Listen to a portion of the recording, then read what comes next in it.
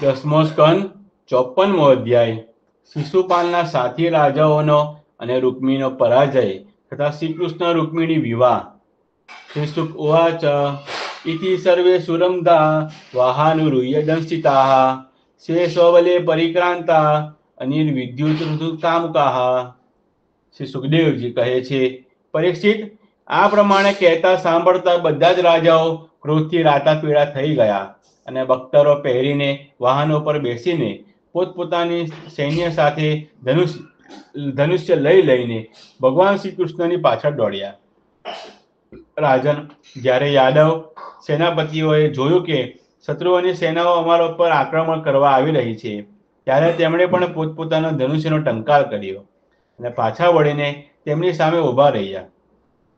જરાસંઘની સેનાના સૈનિકો હાથી, ઘોડા અને રથ પર બેઠેલા હતા. તે બધા ધનુષ્ય વિદ્યાના મર્મગ્ન હતા. તેઓ યાદવો પર એ રીતે બાણવૃષ્ટિ કરવા લાગ્યા જાણે મેઘો પર્વતો પર મુશળધાર વૃષ્ટિ કરી રહ્યા હોય. પરમ સુંદરી રૂક્મિણીજીએ જોયું કે શ્રી કૃષ્ણનું સૈન્ય બાણવૃષ્ટિથી ઢંકાઈ ગયું છે. ત્યારે તેમણે લજ્જા સહિત ભયભીત નેત્રોથી ભગવાન શ્રી કૃષ્ણના મુખ સામે જોયું. ભગવાને હસીને કહ્યું, સુંદરી, ગભરાઓ નહીં. તમારી સેના તમારા શત્રુ સૈન્યનો હમણાં જ નાશ કરી નાખશે. આ બાજુ ગદ અને સંકર્ષણ વગેરે યાદવ વીરો પોતાના શત્રુઓનો પરાક્રમ વધારે સહી ન શક્યા. તેઓ પોતાના બાણોથી શત્રુ સેનાના હાથી, ઘોડા અને રથોને છિન્ન ભિન્ન કરવા લાગ્યા.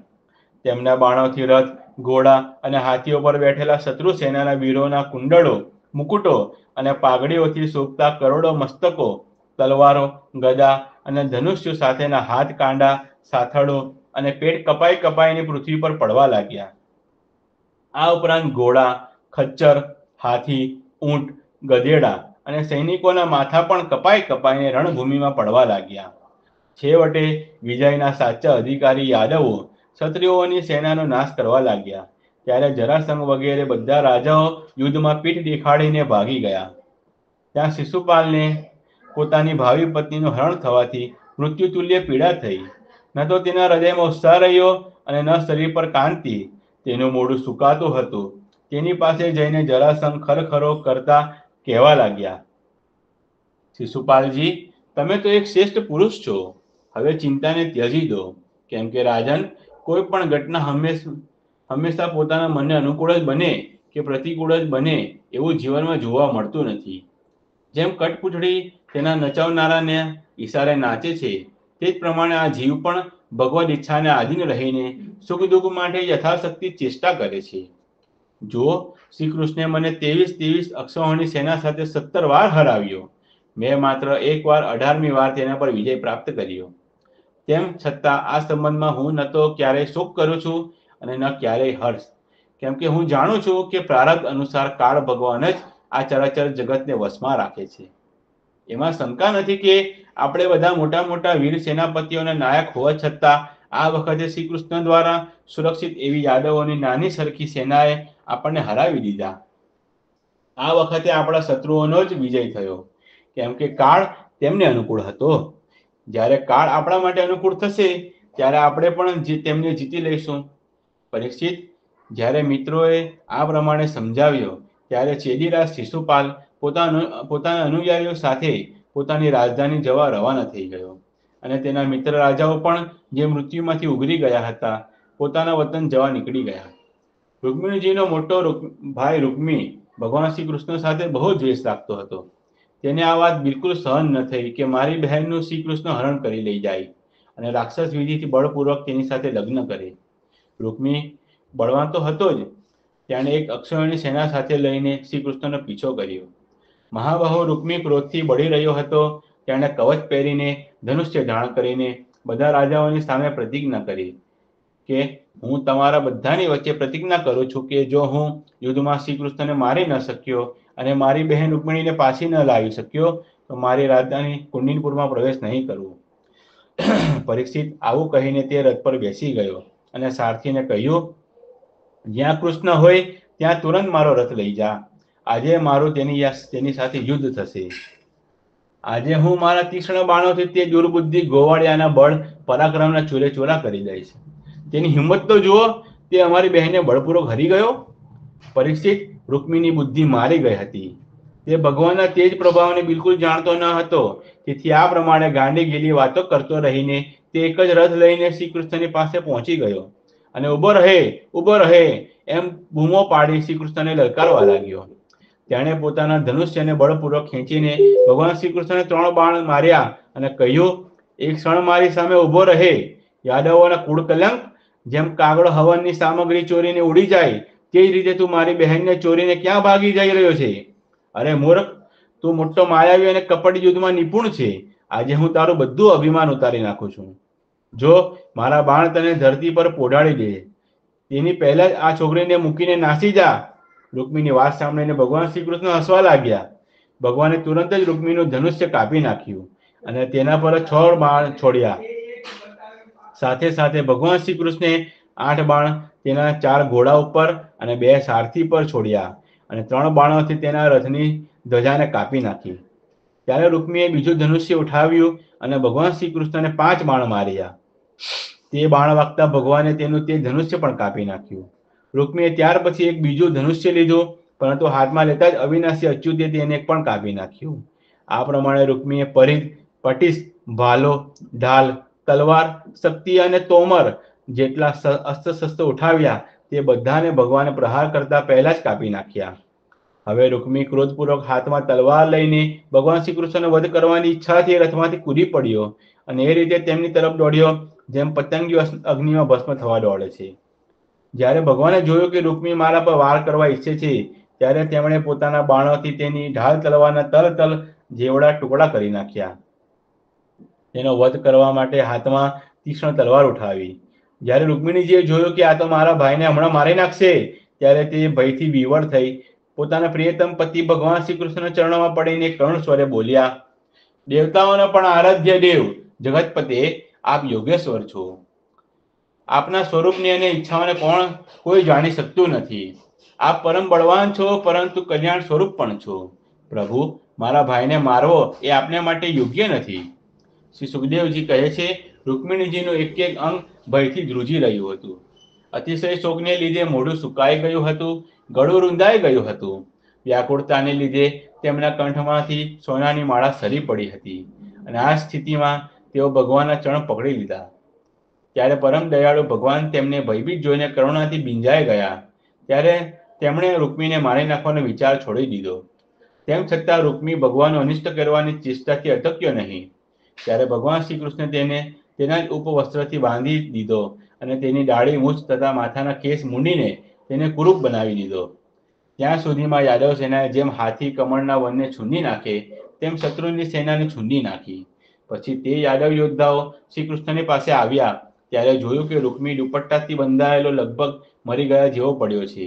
તેને જોઈને સર્વશક્તિમાન ભગવાન બલરામજીને બહુ દયા આવી અને તેમણે તેને છોડી દીધો અને શ્રી કૃષ્ણને કહ્યું, કૃષ્ણ, તમે આ સારું ન કર્યું. આવું નિંદિત કાર્ય આપણા માટે યોગ્ય નથી. આપણા સંબંધીની દાઢી મૂછ મૂંડીને તેને કુરૂપ કરી દેવો એ તો એક પ્રકારે વધ કર્યા જેવું જ છે. ત્યારબાદ બલરામજીએ રૂકમિણીને સંબોધીને કહ્યું, સાધ્વી, તમારા ભાઈનું રૂપ વિકૃત કરી દેવામાં આવ્યું છે. આવું વિચારીને અમારા પર ખોટું લગાડશો નહીં, કારણ કે જીવને સુખ દુઃખ આપનાર બીજું કોઈ નથી. તેને તો પોતાના જ કર્મોના ફળ ભોગવવા પડે છે. હવે શ્રી કૃષ્ણને કહ્યું, કૃષ્ણ, જો આપણો સગો સંબંધી વધ કરવા યોગ્ય અપરાધ કરે તો પણ તેને આપણા દ્વારા મારી નાખવો યોગ્ય નથી. તેને છોડી દેવો જોઈએ. તે તો પોતાના અપરાધથી જ મરાઈ ચૂક્યો છે. મરેલાને ફરી શું મારવો? પછી રૂકમિણીજીને કહ્યું, સાધ્વી, બ્રહ્માજીએ ક્ષત્રિયોનો ધર્મ એવો બનાવ્યો છે કે સગો ભાઈ પણ પોતાના ભાઈને મારી નાખે છે. તેથી આ શાસ્ત્ર ધર્મ અત્યંત ભયંકર છે. ત્યાર પછી શ્રી કૃષ્ણને કહ્યું, ભાઈ કૃષ્ણ, એ બરાબર છે કે જે લોકો સંપત્તિના મદમાં આંધળા બની ગયા છે અને અભિમાની છે, તેઓ રાજ્ય, પૃથ્વી, પૈસા, સ્ત્રી, માન, પરાક્રમ અથવા કોઈ પણ કારણે પોતાના બંધુઓનો પણ તિરસ્કાર કર્યા કરે છે. હવે તેઓ રૂકમિણીજીને કહેવા લાગ્યા, સાધ્વી, તમારા ભાઈ બંધુઓ સમસ્ત પ્રાણીઓ પ્રત્યે દુર્ભાવ રાખે છે. અમે તેમના કલ્યાણ માટે જ તેમને યોગ્ય દંડ આપ્યો છે. તેને તમે અજ્ઞાનીઓની જેમ અમંગલ માની રહ્યા છો. આ તમારી બુદ્ધિની વિષમતા છે. દેવી, જે લોકો ભગવાનની માયાથી મોહિત થઈને શરીરને જ આત્મા માની લે છે તેમને જ આવો આત્મમોહ થાય છે કે આ મિત્ર છે, આ શત્રુ છે અને આ નિષ્પક્ષ છે. સમસ્ત દેહધારીઓના આત્મા એક જ છે અને કાર્યકારણથી માયાથી તેનો કોઈ સંબંધ નથી. જલ અને ઘડા વગેરેમાં ઉપાધિ ભેદથી જેમ સૂર્ય, ચંદ્રમા વગેરે પ્રકાશિત પદાર્થો અને આકાશ અલગ અલગ દેખાય છે, પરંતુ તે છે એક જ. તે જ પ્રમાણે અજ્ઞાની લોકો શરીરના ભેદથી આત્માનો ભેદ માને છે. આ શરીર આદિ અંત વાળું છે. પંચભૂત, પંચપ્રાણ, તન્માત્રા અને ત્રિગુણ જ આનું સ્વરૂપ છે. આત્મામાં તેના અજ્ઞાનથી જ આની કલ્પના કરવામાં આવી છે અને તે કલ્પિત શરીરમાં હું અને મારાપણું જ તેને જન્મ મૃત્યુના ચક્રમાં લઈ જાય છે. સાધ્વી, નેત્ર અને રૂપ બંને સૂર્ય દ્વારા પ્રકાશિત થાય છે. સૂર્ય જ તેમનું કાળ છે. તેથી સૂર્યની સાથે નેત્ર અને રૂપનો ન તો ક્યારેય વિયોગ થાય છે કે ન સંયોગ. આ જ પ્રમાણે સમસ્ત સંસારની સત્તા આત્મસત્તાને કારણે જણાય છે. સમસ્ત સંસારનો પ્રકાશક આત્મા જ છે. પછી આત્માની સાથે બીજા અસત પદાર્થોનો સંયોગ અથવા વિયોગ થઈ જ કેવી રીતે શકે? જન્મ લેવો, રહેવું, વધવું, બદલાવું, ઘટવું અને મરી જવું, આ બધા વિકારો શરીરના જ છે, આત્માના નથી. જેમ કૃષ્ણ પક્ષમાં કલાઓનો જ ક્ષય થાય છે, ચંદ્રમાનો નહીં, પરંતુ અમાસના દિવસે વ્યવહારમાં લોકો ચંદ્રમાનો ક્ષય કહેતા સાંભળતા હોય છે. તે જ પ્રમાણે જન્મ, મૃત્યુ વગેરે બધા વિકારો શરીરના જ હોય છે, પરંતુ લોકો તેને ભ્રમવશ પોતાના આત્માના માની લે છે. જેમ સૂતેલો પુરુષ કોઈ પદાર્થ ન હોવા છતાં સ્વપ્નમાં ભોગતા, ભોગ્ય અને ભોગરૂપ ફળનો અનુભવ કરે છે, તે જ પ્રમાણે અજ્ઞાની લોકો મિથ્યા સંસાર ચક્રનો અનુભવ કરે છે. તેથી સાધ્વી, અજ્ઞાનના કારણે થનારા આ શોકને ત્યજી દો. આ શોક અંતઃકરણને શોષી લે છે, તેને મોહિત કરી દે છે. તેથી આને છોડીને તમે પોતાના સ્વરૂપમાં સ્થિત થઈ જાઓ. શ્રી સુખદેવજી કહે છે, પરીક્ષિત, જ્યારે બલરામજી આ પ્રમાણે સમજાવ્યા ત્યારે સુંદર અંગવાળા રૂકમિણીજીએ પોતાના મનના શોકને દૂર કરી વિવેક બુદ્ધિથી મનનું સમાધાન કર્યું. રૂકમિણી સેના અને તેના પરાક્રમનો નાશ થઈ ચૂક્યો હતો. માત્ર પ્રાણ જ બચ્યા હતા. તેના ચિત્તના બધા જ આશા અરમાનો વ્યર્થ થઈ ચૂક્યા હતા અને શત્રુઓએ અપમાનિત કરીને તેને છોડી દીધો હતો. તે પોતાને કુરૂપ કરી દીધો હોવાથી દુઃખદ સ્થિતિ ભૂલી શકતો ન હતો. તેથી તેણે પોતાને રહેવા માટે ભોજકટ નામની એક બહુ મોટી નગરી વસાવી. તેણે પહેલેથી એવી ક્રોધપૂર્વક પ્રતિજ્ઞા કરી હતી કે દુર્બુદ્ધિ કૃષ્ણને માર્યા વિના અને પોતાની બહેનને પાછી લાવ્યા વિના હું કુંડિનપુરમાં પ્રવેશ નહીં કરું. તેથી તે ત્યાં જ રહ્યો. પરીક્ષિત, ભગવાન કૃષ્ણે આ પ્રમાણે બધા રાજાઓને જીતી લીધા અને વિદર્ભ રાજકુમારી રૂકમિણીજીને દ્વારકા લાવીને તેમનું વિધિપૂર્વક પાણી ગ્રહણ કર્યું. રાજન, તે સમયે દ્વારકાપુરીમાં ઘેર ઘેર ઉત્સવ થવા લાગ્યો. કેમ ન થાય? ત્યાંના બધા લોકોનો યદુપતિ શ્રી કૃષ્ણમાં અનન્ય પ્રેમ હતો. ત્યાંના બધા સ્ત્રી પુરુષોએ ઉજ્જવળ મણિજડિત કુંડળો અને જાત જાતના સુંદર વસ્ત્રો પહેર્યા હતા અને આનંદપૂર્વક વર વધુ શ્રી કૃષ્ણ અને રૂકમિણીજીને જુદી જુદી ભેટો આપતા હતા. તે સમયે દ્વારકાપુરીની શોભા પણ અપૂર્વ હતી. ક્યાંક મોટી મોટી ધજાઓ ઊંચે સ્વર્ગને સ્પર્શતી હતી. ચિત્ર વિચિત્ર માળાઓના, વસ્ત્રોના અને રત્નોના તોરણો મંગળ વૃદ્ધિ કરી રહ્યા હતા. પ્રત્યેક દરવાજે મંગળ કળશો નિત્ય મંગલની સાક્ષી પૂરતા હતા. જળથી ભરેલા કળશ તથા અગરના ધૂપ દીપના દર્શન થતા હતા. જાણે આજે નગરી ઉલ્લાસમય બની હોય એમ લાગતું હતું. મિત્ર રાજાઓ ભગવાનના લગ્નમાં પધાર્યા હતા. હાથીઓના મદોથી માર્ગો સુગંધિત હતા. દ્વારે દ્વારે કેળના સ્તંભો, રાજમાર્ગોની બંને હરોળમાં સોપારીના વૃક્ષો શોભી રહ્યા હતા. કુરુ, શૃંજય, કેકય, વિદર્ભ, યદુ, કુંતી દેશના રાજાઓ પરસ્પરના વેરઝેર વિસરી દ્વારકા પધારી આનંદમાં અભિવૃદ્ધિ કરતા હતા. જ્યાં ત્યાં રૂકમિણી હરણની જ ગાથા ગવાતી હતી. તે સાંભળીને અન્ય દેશના રાજાઓ અને અન્ય રાજકન્યાઓ અત્યંત વિસ્મિત થઈ ગયા હતા. મહારાજ, ભગવતી લક્ષ્મીજીને રૂકમિણીના રૂપમાં સાક્ષાત લક્ષ્મીપતિ ભગવાન શ્રી કૃષ્ણની સાથે જોઈને દ્વારકાવાસી સ્ત્રી પુરુષોને પરમ આનંદ થયો. इति श्रीमद्भागवते महापुराणे पारमहंस्यां संहितायां दशम स्कंदे उत्तरार्धे रुक्मिणीयुद्धराहे चतुर्पंचाशदध्यायः. दसमा स्कंदना उत्तरार्ध अंतर्गत रुक्मिणीना विवाहमानो 54मो अध्याय समाप्त. बोलो श्री कृष्ण कन्हैया लाल की जय. श्री लक्ष्मी नारायण की जय.